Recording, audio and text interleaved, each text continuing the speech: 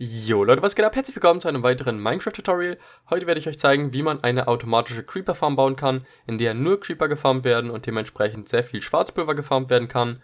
Und in dieser Farm habe ich innerhalb von einer Stunde fast 1000 Gunpowder gefarmt. Sie ist also ziemlich effektiv. Ihr könnt sie allerdings auch noch größer bauen. Ihr könnt zum Beispiel noch mehr Etagen bauen oder einfach mehrere von diesen Türmen nebeneinander bauen. Das ist relativ easy.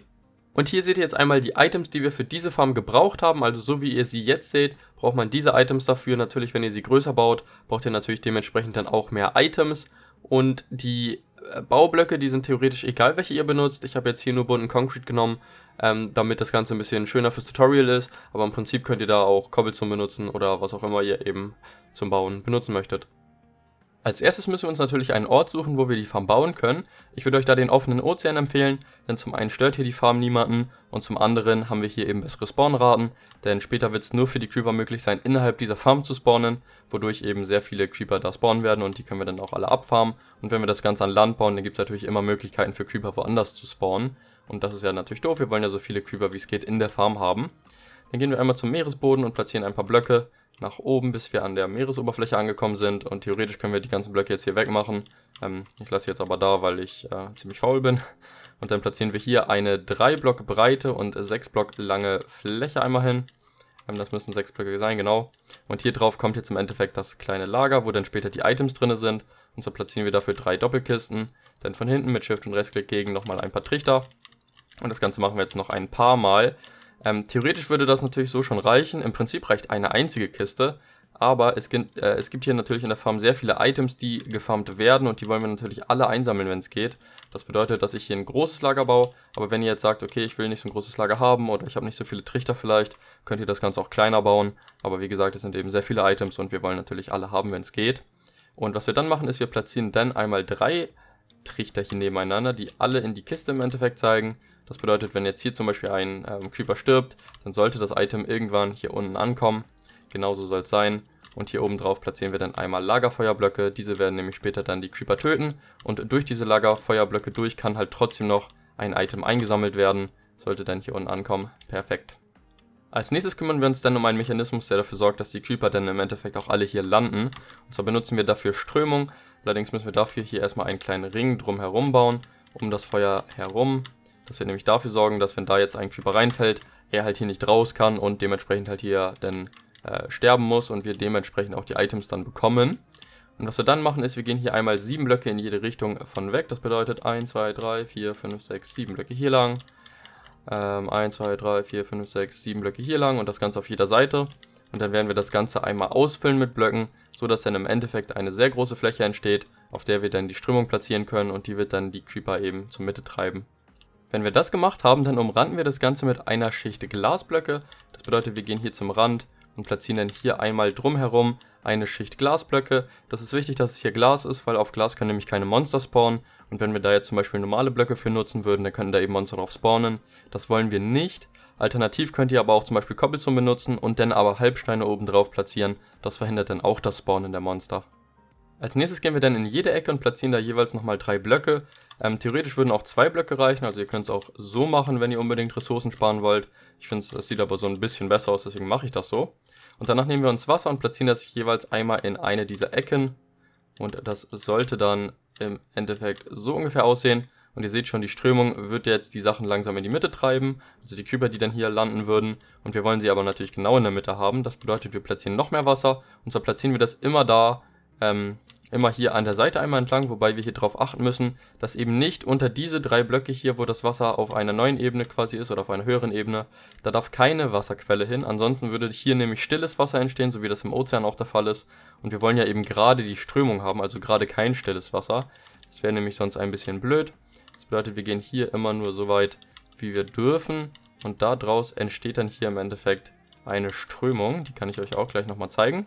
Und zwar seht ihr hier, ganz egal, wo man jetzt hier landen würde als Creeper, man würde immer in die Mitte getrieben werden und das ist eben genau das, was wir mit dieser Farm erreichen wollen. Jetzt kümmern wir uns einmal um die Plattformen, wo die Creeper dann später drauf spawnen werden. Und so gehen wir dafür einmal hier in die Mitte, platzieren einmal 2 Blöcke und dann nochmal 2 Blöcke und dann ein Dispenser, der nach oben zeigt. Also das Loch muss nach oben zeigen und dann können wir die Blöcke hier wieder alle wegmachen. Was wir jetzt machen ist, wir gehen einmal 7 Blöcke in jede Richtung von dem Trichter, von dem Dispenser. Das bedeutet 1, 2, 3, 4, 5, 6, 7 und 1, 2, 3, 4, 5, 6, 7. Und dann machen wir daraus, also das würdet ihr jetzt auf jeder Seite machen, und daraus machen wir dann hier im Endeffekt so eine Raute. Und das machen wir, wie gesagt, hier dann einmal für jede Seite. So sollte das Ganze dann aussehen, und wir wollen jetzt nochmal das Spawnen von allen anderen Monstern verhindern, denn wir wollen ja nur Creeper hier haben und keine Zombies, keine Spinnen und so weiter, und deswegen müssen wir die Plattform jetzt noch ein bisschen bearbeiten. Und das erste, was wir machen, ist, wir verhindern quasi das Spawnen von den Spinnen. Die brauchen nämlich eine bestimmte Größe, um zu spawnen, und das wollen wir eben verhindern, und dafür müssen wir die Plattform jetzt nochmal ein bisschen bearbeiten. Und so gehen wir immer hier zu den Spitzen hin und platzieren da dann statt dem normalen Block einen Glasblock, und dann den Block rechts davon machen wir auch zu einem Glasblock. Das machen wir jetzt hier einmal auf jeder Seite, denn auf Glasblöcken, wie gesagt, kann eben keine, oder können an sich keine Monster spawnen. Und wenn wir das gemacht haben, dann gehen wir hier nochmal, das müssen jetzt hier jeweils immer 5 Blöcke sein, und da machen wir dann immer den mittleren Block weg und tauschen den auch nochmal aus mit einem Glasblock. Das sollte dann im Endeffekt ungefähr so aussehen, ich zeige euch das mal von oben. Und was wir dann machen ist, wir gehen einmal hier jeweils zu diesen, also jetzt sind ja hier immer 2 Blöcke frei, und der Block, der quasi an beiden Blöcken dran liegt, also dieser hier, da platzieren wir eine Säule mit 2 Glasblöcken hin. Das müssen aber keine Glasblöcke sein, ihr könnt stattdessen auch Cobblestone oder sowas benutzen. Es geht nur darum, dass hier der Platz eben quasi ja, befüllt wird, dass er halt nicht spawnen kann. Und so soll das Ganze dann aussehen. Und als nächstes denken wir uns quasi eine Linie zwischen jeweils 2 davon. Und die können wir dann uns so denken quasi, und dann würde dieser Block hier, wo sich die beiden Linien treffen, eben auch nochmal zu einer Säule gemacht werden. Und das bedeutet, wir denken uns hier eben eine Linie und hier auch eine Linie. Das bedeutet, hier treffen sich die Blöcke, und hier platzieren wir dann dementsprechend nochmal so eine Säule hin. Das sollte dann so aussehen, und hierdurch wird eben verhindert, dass zu viel Platz hier frei ist, wo dann eben eine Spinne spawnen könnte. Als nächstes können wir dann hier nochmal zu dem Dispenser gehen, einmal 2 Blöcke draufsetzen und dann nochmal einen Dispenser, der auch wieder nach oben zeigt mit dem Loch. Dann können wir diese Blöcke wieder wegmachen, und dann versuchen wir von unten einmal einen Observer dagegen zu platzieren, der dann nach unten gucken muss, beziehungsweise muss dieser Pfeil nach unten zeigen, das erkennt ihr immer ganz gut, und dann ist der richtig platziert. Und was wir jetzt machen ist, wir gehen hier wieder zu dem Dispenser und machen genau dasselbe, was wir hier gerade gemacht haben, eben so oft wie ihr möchtet. In diesem Fall wollen wir jetzt 10 Plattformen haben, das bedeutet, ich muss das Ganze jetzt noch 9 Mal machen. So sollte der Turm dann ungefähr aussehen. Die oberste Schicht könnt ihr übrigens ganz normal mit normalen Blöcken machen, da muss dann kein Glas mehr hin. Und jetzt haben wir zwar ganz viele Ebenen, wo jetzt Monster spawnen können, außer Spinnen, aber das Problem ist, dass jetzt hier immer noch zum Beispiel Zombies und auch Skelette spawnen können. Und das Gute ist, dass Creeper ein bisschen kleiner sind als Zombies und Skelette. Das bedeutet, wir können einfach das Spawnen von allem anderen verhindern, indem wir hier dann einfach überall an der Decke Falltüren platzieren. Und das wird dafür sorgen, dass es hier eben nicht mehr groß genug ist für Spinnen sowieso nicht, aber für Zombies und Skelette eben. Und dann können hier nur noch Creeper spawnen, weil Creeper eben so ein kleines bisschen kleiner sind. Und das bedeutet, wir müssen jetzt einmal hier die kompletten Decken jeweils auskleiden mit den Falltüren. Wenn wir das fertig gemacht haben, dann können wir nochmal den Dispensern jeweils Wasser geben. Das bedeutet, wir laufen hier rein, tun hier einen Wasser einmal jeweils in die Dispenser hinein. Und wenn wir das fertig gemacht haben, dann kümmern wir uns nochmal um den Mechanismus, der die dann im Endeffekt auch auslöst. Um jetzt die Dispenser mit den Wassereimern immer zu aktivieren und wieder zu deaktivieren, müssen wir hier oben einmal eine kleine Redstone-Vorrichtung bauen, die dann immer hin und wieder einen Impuls runterschickt. Und dafür schnappen wir uns einmal ein paar Blöcke, und zwar insgesamt 4 Blöcke nebeneinander. Und dann machen wir links und rechts jeweils davon nochmal 2 Blöcke nach oben, sollte dann so aussehen. Hier in die Mitte kommt dann kurz ein Block, der kann aber gleich wieder weg, den brauchen wir nur, damit wir den Trichter da einmal gegen platzieren können. Und gegen den Trichter kommt dann noch ein Trichter, und zwar hierhin, sollte dann ungefähr so aussehen. Und danach nehmen wir uns Comparator und platzieren die einmal so und einmal so, dass die 2 Fackeln quasi auf der Seite der Trichter stehen und die andere eine Fackel, die quasi davon weg zeigt.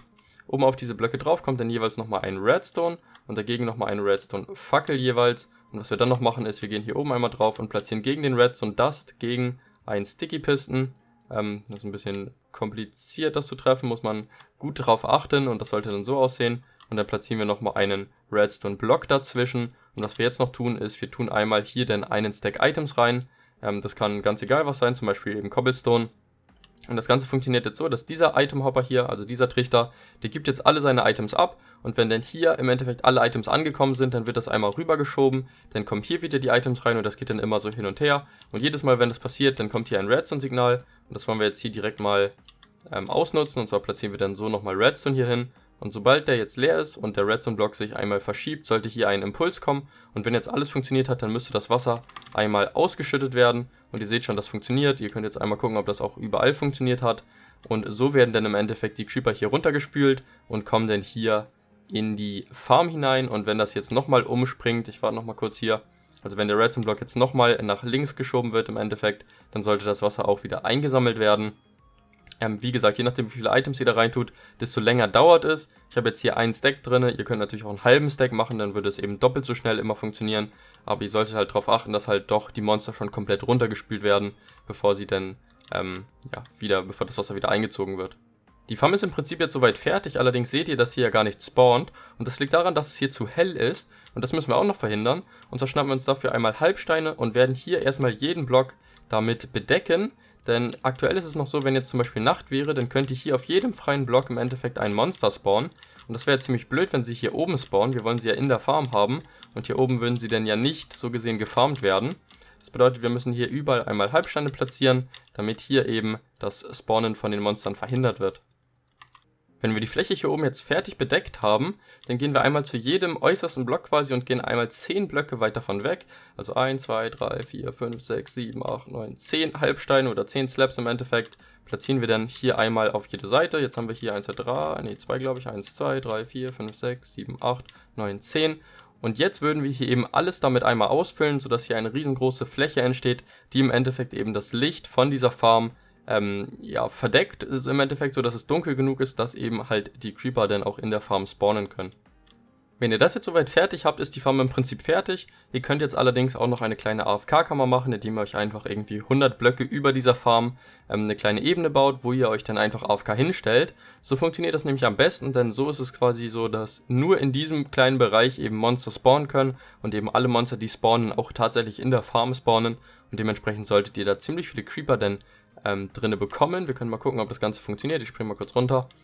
Ich war jetzt nicht so lange da oben, aber ihr seht schon, wie viele Creeper da tatsächlich runterfallen und dann hier eben automatisch in dieser Farm gefarmt werden. Und das sind echt eine ganze Menge. Und wie gesagt, hier spawnen jetzt eben alle Monster, wenn ihr euch hoch genug baut, die spawnen können in dieser Farm drinne. Und so bekommt ihr dann eben hier sehr effizient sehr viel Gunpowder und könnt sehr viele Creeper farmen.